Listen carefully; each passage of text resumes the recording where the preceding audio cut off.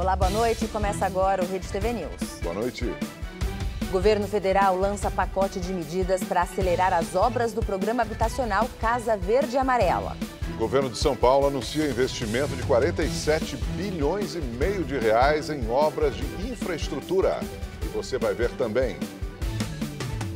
Butantan cumpre com antecedência acordo para repassar 100 milhões de doses da Coronavac ao Ministério da Saúde. O contrato foi concluído 15 dias antes do previsto, com a entrega das últimas 5 milhões e 100 mil doses do imunizante.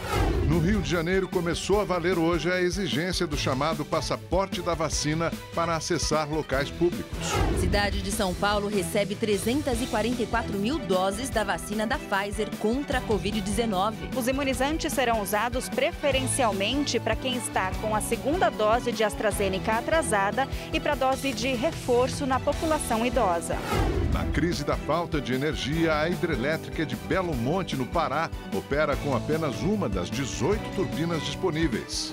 Foram enterrados hoje os corpos das vítimas que morreram em acidente aéreo ocorrido ontem em Piracicaba, no interior de São Paulo. Essas e outras notícias você vê aqui no Rede TV News.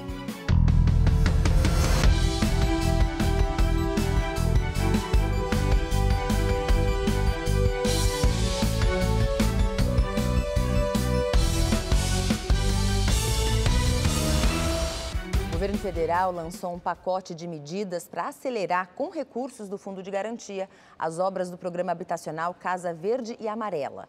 Há um ano, o programa substitui o Minha Casa Minha Vida. A taxa de juros dos financiamentos para famílias com renda de até R$ 2.000 foi unificada em dois grupos, 4,25% no Norte e no Nordeste e 4,5% no Sudeste, Sul e Centro-Oeste. As pessoas dessa faixa de renda representam 80% do déficit habitacional brasileiro. Para reduzir ou até zerar o valor da entrada, considerada uma grande dificuldade para quem ganha menos, estados e municípios terão uma contrapartida de até 20% do valor do imóvel, podendo incluir o valor do terreno. Na faixa de renda de R$ 4.000 até R$ 7.000, a taxa de juros cairá até 1 ponto percentual até o final do próximo ano. Passará de 8,16% para 7,16%. O anúncio de mudanças no programa Casa Verde e Amarela por parte do governo federal deve significar uma priorização de recursos para famílias de menor renda, principalmente no Norte e Nordeste. Mas há também uma redução de taxa de juros para as famílias de classe média. Na prática, isso significará prestações mais baixas e um número muito maior de famílias com capacidade de se enquadrar no programa. No lançamento das regras para acelerar o programa habitacional, o presidente Jair Bolsonaro pediu que o Supremo Tribunal Federal não altere o marco temporal para demarcações de terras indígenas. Segundo Bolsonaro, se o STF atender à reivindicação dos índios, haverá uma disparada dos preços dos alimentos e um revés para o agronegócio. Conforme a previsão do Ministério da Agricultura, o equivalente a mais 14% do território nacional, que seria equivalente aos estados do Rio de Janeiro, Espírito Santo, São Paulo e Minas Gerais. Isso equivale, Onix, uma Alemanha e Espanha juntas. O preço de alimento vai disparar. E não só isso, podemos ter no mundo desabastecimento. Um pedido de vista do ministro do Supremo Tribunal Federal, Alexandre de Moraes, suspendeu o julgamento da tese do marco temporal, que defende que os povos indígenas só podem reivindicar a demarcação das terras que ocupavam antes da Constituição de 1988. O placar está empatado em 1-1 com os votos do relator, ministro Edson Fachin, que é contra, e do ministro Nunes Marques, a favor do tema. O julgamento não tem data para ser retomado. O governo de São Paulo concluiu hoje o contrato de entrega de 100 milhões de doses da Coronavac ao Ministério da Saúde. Com a entrega de mais 5 milhões e 100 mil doses da Coronavac, entregues hoje ao Plano Nacional de Imunização, O Instituto Butantan anunciou que concluiu o contrato firmado com o Ministério da Saúde para a entrega de 100 milhões de doses do imunizante 15 dias antes do previsto. Dessa vacina já foram produzidas mais de 1 bilhão e 200 milhões de doses. Isso representa um quantitativo importantíssimo para o mundo no combate da pandemia. O governador João Dória, do PSDB, anunciou que o estado já ultrapassou a meta da campanha de vacinação contra a Covid-19 para idosos acima dos 60 anos. Hoje, o estado tem adesão de 93,5% do público desta faixa etária, enquanto que os idosos acima dos 65 anos já completaram 100% o esquema vacinal. Nós vencemos esta luta para que as pessoas pudessem ter consciência de que era fundamental serem vacinadas para estarem protegidas. Outro dado importante divulgado pelo governo do estado durante a coletiva é que a vacinação com a Coronavac reduziu em 88% o número de mortes de pessoas com mais de 70 anos no Brasil. A queda apontada pelo próprio Ministério da Saúde indica a eficiência do imunizante produzido pelo Instituto Butantan, que foi utilizado na vacinação de 80% das pessoas nesta faixa etária em todo o país. A vacina produzida pelo Instituto Butantan foi fundamental nesta queda de quase 90% das mortes pela Covid-19 entre os idosos no Brasil. Houve também o anúncio de um investimento bilionário para o último ano de governo. O orçamento prevê 25 bilhões de reais em obras de infraestrutura para 2022, além dos 22 bilhões e meio de reais que serão investidos até o final de 2021. A previsão é que as 8 mil obras gerem 200 mil empregos. Entre as melhorias previstas estão a ampliação de linhas de metrô e trens que ligam os extremos da capital ao centro da cidade, a construção de um novo acesso ao litoral norte pela rodovia dos Tamoios, a despoluição do Rio Pinheiros e obras de saneamento básico. As escolhas que nós fizemos permitem hoje, na retomada econômica, na retomada da nossa vida normal de volta, nós temos uma expectativa muito concreta de geração de emprego, de geração de renda aqui no estado de São Paulo. E o ministro da Saúde, Marcelo Queiroga, disse hoje em São Paulo que não faltam imunizantes para a população e que o Brasil é um dos países que mais vacinam no mundo. A declaração foi feita no Aeroporto Internacional de Guarulhos durante um evento de entrega de novo lote de vacinas da Pfizer que serão enviadas aos estados. E se hoje, no mês de setembro, dia 15 de setembro, nós já atingimos mais de 260 milhões de doses de vacina distribuída, mais de 210 milhões de brasileiros já receberam doses de vacinas. Mais de 90% da população brasileira acima de 18 anos vacinado com a primeira dose. Mais de 50% da população brasileira adulta vacinada com 2 doses de vacina. É porque foi feito todo esse trabalho, que não começou hoje. Esse trabalho começou em maio de 2020. Secretarias de saúde de 6 estados reclamam da falta do imunizante, principalmente da AstraZeneca. Em contrapartida, o Ministério da Saúde afirma que São Paulo, por exemplo, usou vacinas destinadas à segunda dose para acelerar o calendário. O governo paulista nega essa possibilidade. E a capital paulista recebeu hoje 344 mil doses da vacina da Pfizer contra a Covid-19. O montante vai ser usado na imunização de quem precisa completar o esquema vacinal e para as doses de reforço em idosos. O lote chegou hoje pela manhã e logo foi distribuído aos postos de saúde da capital.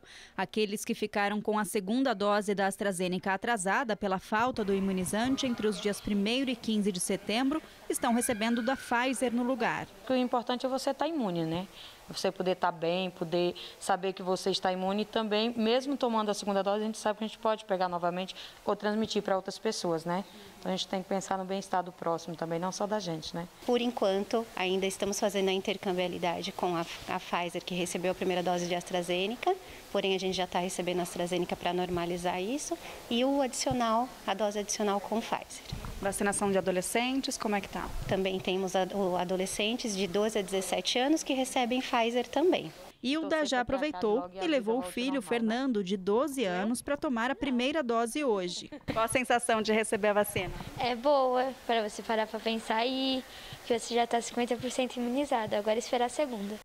Para quem já pode tomar a terceira dose, também serão usadas as vacinas que chegaram hoje na capital. Com a chegada do novo lote, os idosos acima de 85 anos, vacinados com a segunda dose há mais de 6 meses, passam a receber a dose de reforço exclusivamente com o imunizante da Pfizer. Dona Pérola tem 89 anos e agora já está com as 3 doses garantidas. Ninguém quer pegar o dito cujo, né, vírus. Então a gente procura seguir as normas da medicina, da ciência. É o que eu sempre corro atrás. Até o momento, na capital paulista, foram aplicados cerca de 16 milhões de doses dos imunizantes disponíveis contra a Covid-19. E os índices da doença seguem em queda. Segundo o balanço da Secretaria Municipal de Saúde, no último domingo, 629 pacientes estavam internados, sendo 300 em UTI nos hospitais de referência para a doença. Desse total, 115 pacientes não se vacinaram. Foram registradas 4 mortes, 2 pessoas não vacinadas maiores de 60 anos e 2 pessoas vacinadas com uma dose na faixa entre 40 e 60 anos. E começou a valer hoje, no Rio de Janeiro, a exigência do chamado passaporte de vacina. O documento tem de ser apresentado para entrar em locais de uso coletivo. Quem estava com a vacina em dia e o comprovante em mãos, hoje não teve problemas para pegar o trem do Corcovado que leva ao Cristo Redentor. Como eu deixei o cartão físico onde eu moro, eu baixei o aplicativo e entrei, foi muito tranquilo. A partir de hoje, para entrar em pontos turísticos da cidade do Rio de Janeiro, pessoas com mais de 18 anos têm que ter tomado a primeira dose. E a partir do dia 15 de novembro, todos os adultos devem estar com a segunda dose carimbada.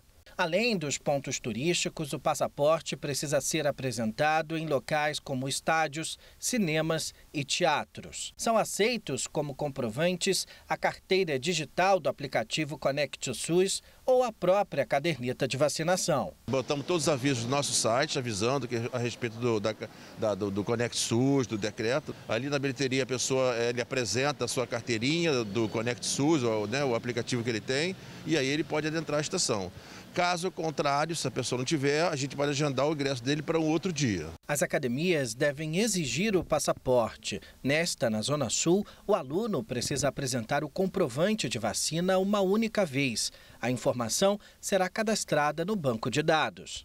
O aluno que tentar fazer o reconhecimento digital, o sistema vai apontar se houve a atualização no cadastro e barrar a entrada caso o comprovante de vacinação não tenha sido apresentado. E todos os clientes proativamente estão fazendo isso. A gente já tem praticamente 50% nesses primeiros 2 dias, já com a vacina, o comprovante de vacina apresentado. Acho que nos próximos dias a gente consegue chegar em 100%.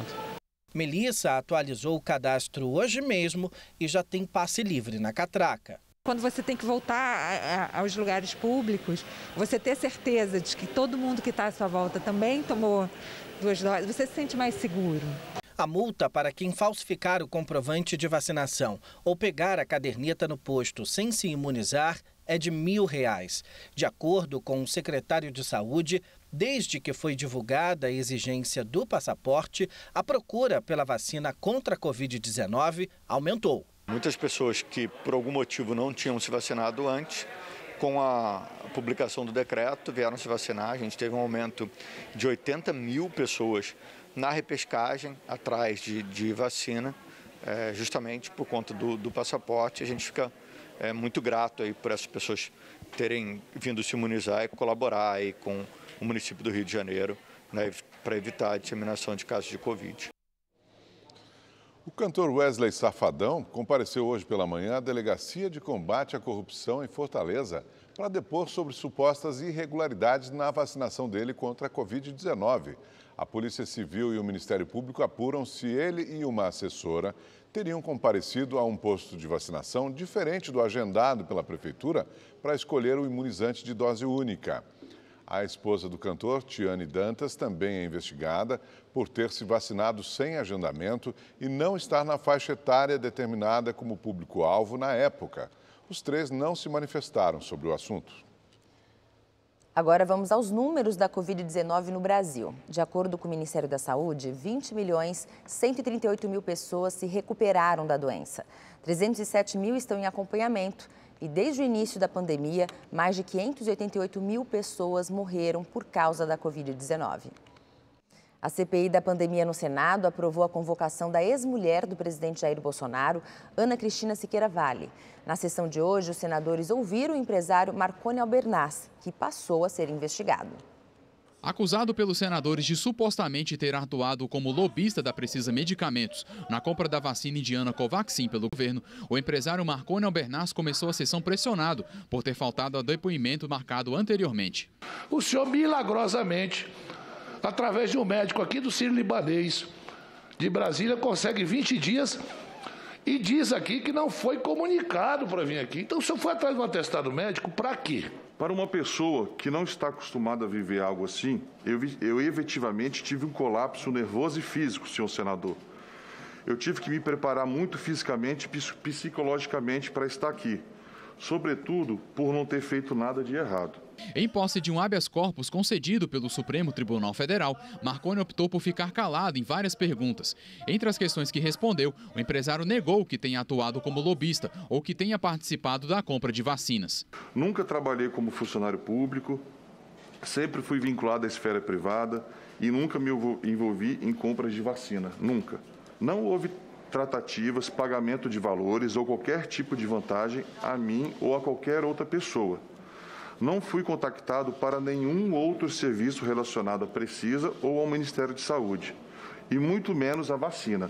Indagado sobre uma mensagem que faz parte do material da CPI, em que teria afirmado que um senador iria destravar o negócio, Marconi Albernaz foi sucinto. Não me recordo, não conheço nenhum senador. O empresário também negou ter relação com qualquer integrante da família do presidente Bolsonaro. As exceções são Jair Renan e a mãe dele, Ana Cristina Siqueira Vale, ex-esposa de Bolsonaro. Sobre Renan Bolsonaro, Marconi afirmou ser amigo do jovem. Nenhum tipo de negócio. Eu só apresentei ele para um colega tributarista que poderia auxiliar na abertura dessa empresa. Quanto à ex-mulher do presidente Jair Bolsonaro, disse que conheceu por ser mãe de Renan. As explicações não convenceram os parlamentares. Os senadores decidiram passar o empresário de testemunha a investigado. Além disso, aprovaram um requerimento de convocação para também ouvir Ana Cristina Siqueira Vale. Parlamentares da base governista minimizaram uma suposta influência de Albernaz. Eu não estou defendendo o senhor Marconi, porque me parece mais um falastrão que tenta mostrar um nível de relacionamento e de contato e de influência que não tem. Foram enterrados hoje os corpos de 4 vítimas do acidente aéreo ocorrido ontem em Piracicaba, no interior de São Paulo. O sepultamento dos corpos do empresário Celso Silveira Melo, da esposa e de 2 filhos foi no fim da tarde. O corpo da filha de Celso, Camila, será cremado. Já os corpos do piloto e do copiloto serão enterrados amanhã. Peritos do CENIPA já estão com a caixa preta da aeronave. Ela foi localizada após a análise das imagens feitas durante a queda do avião. Os destroços do turbo-hélice também já estão sendo analisados, mas não há prazo definido para a conclusão do trabalho. O acidente ocorreu 15 segundos após a decolagem em uma área de mata ao lado de uma faculdade de tecnologia. Os 7 ocupantes morreram na hora. Velho! Acabei de falar com o cara, velho! E no Recife, a Justiça Pernambucana dá prosseguimento ao caso Miguel. Hoje aconteceu mais uma audiência que investiga a morte do garoto. Esta foi a segunda audiência, a última da fase de instrução do caso Miguel. Sari Corte Real é acusada de abandono de incapaz com resultado morte, pelo incidente ocorrido com Miguel Otávio, de 5 anos, que morreu ao cair do 9º andar de um prédio de luxo do Recife, em 2 de junho de 2020. Sari, ex-patroa de Mirtes Cordeiro, mãe da criança, foi ouvida no Recife. A audiência de hoje foi finalizada a instrução criminal, com a ouvida de 2 testemunhas e o interrogatório de Sari. O processo agora se encontra numa fase de alegações finais, Após o Ministério Público, a assistência de acusação vai produzir as alegações finais para só então a defesa poder produzir as alegações finais e o processo ficar concluído para a sentença. Enquanto Sari Corte Real era ouvida, movimentos sociais protestavam para cobrar justiça por Miguel. Nesta quarta-feira foram ouvidas a ré e 2 testemunhas de defesa de Sari. Após essa fase de instrução encerrada hoje, 1 ano e 3 meses após a morte da criança, o Ministério Público de Pernambuco, o assistente de acusação e a defesa de Sari Corte Real apresentam as suas alegações finais. E não há prazo para sair o resultado desse julgamento. Depois da audiência, a mãe do menino Miguel, dona Mirtes Cordeiro, falou com os jornalistas. Estou 1 ano e 3 meses de pé, lutando e vou continuar.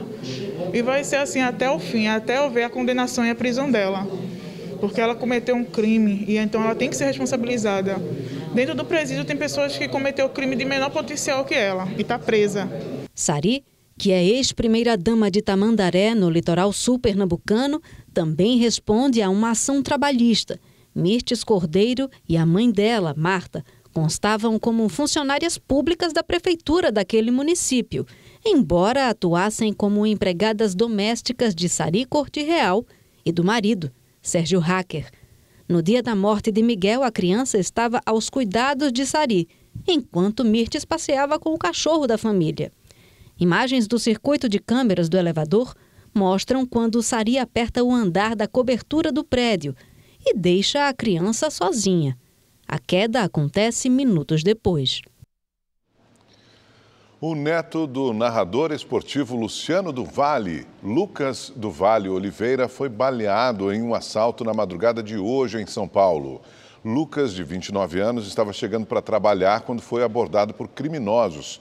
Em imagens de câmeras de um estabelecimento próximo, é possível ver um dos ladrões em uma moto na esquina. Após atirar na vítima, a dupla fugiu. Um dos suspeitos conduziu uma motocicleta e o outro um carro que foi abandonado próximo ao local do crime.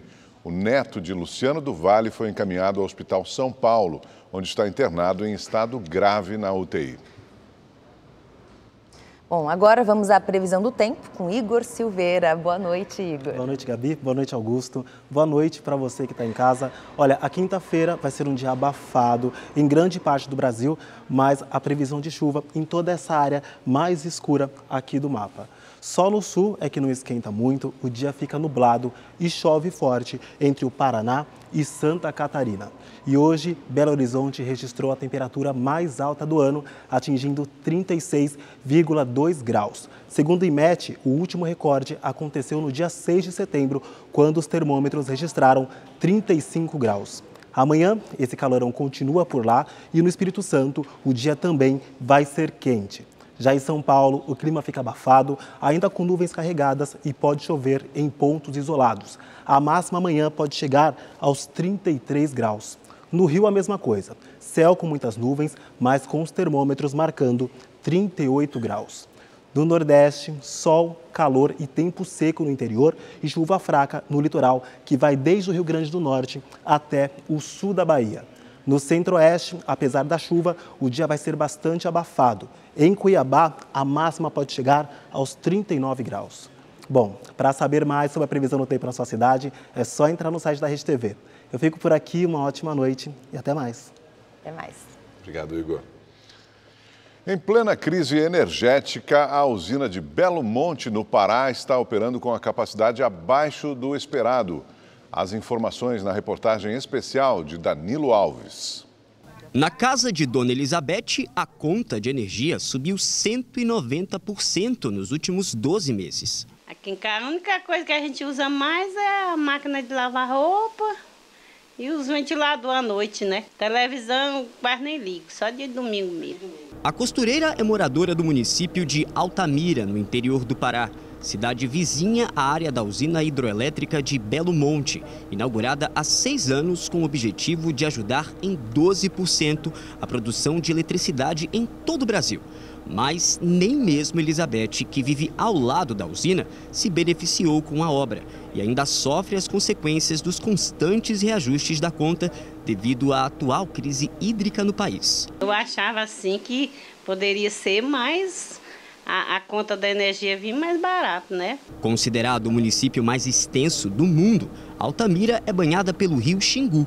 Mesmo no período de seca entre os meses de maio a setembro, o volume de água do rio poderia abastecer represas de energia do Sudeste. Atualmente, a hidrelétrica de Belo Monte representa apenas 0,62% de toda a produção elétrica no país. Para piorar, com a seca do rio Xingu, a produção de energia fica ainda mais prejudicada. Só para você ter uma ideia, nesta área deveriam estar funcionando 18 turbinas, mas apenas uma está em operação. Segundo a Norte Energia, o motivo é que a obra da usina precisou ser adaptada devido a questões socioambientais. A obra, que foi orçada em 40 bilhões de reais, sofreu embargos da Justiça Federal após pressão de organizações sociais, políticos e até artistas defensores do meio ambiente. Por isso, parte de Belo Monte ainda não está finalizada. Em regra, a usina de Belo Monte ela tem uma geração, assim, potencial de geração por 6 meses a cada ano, né?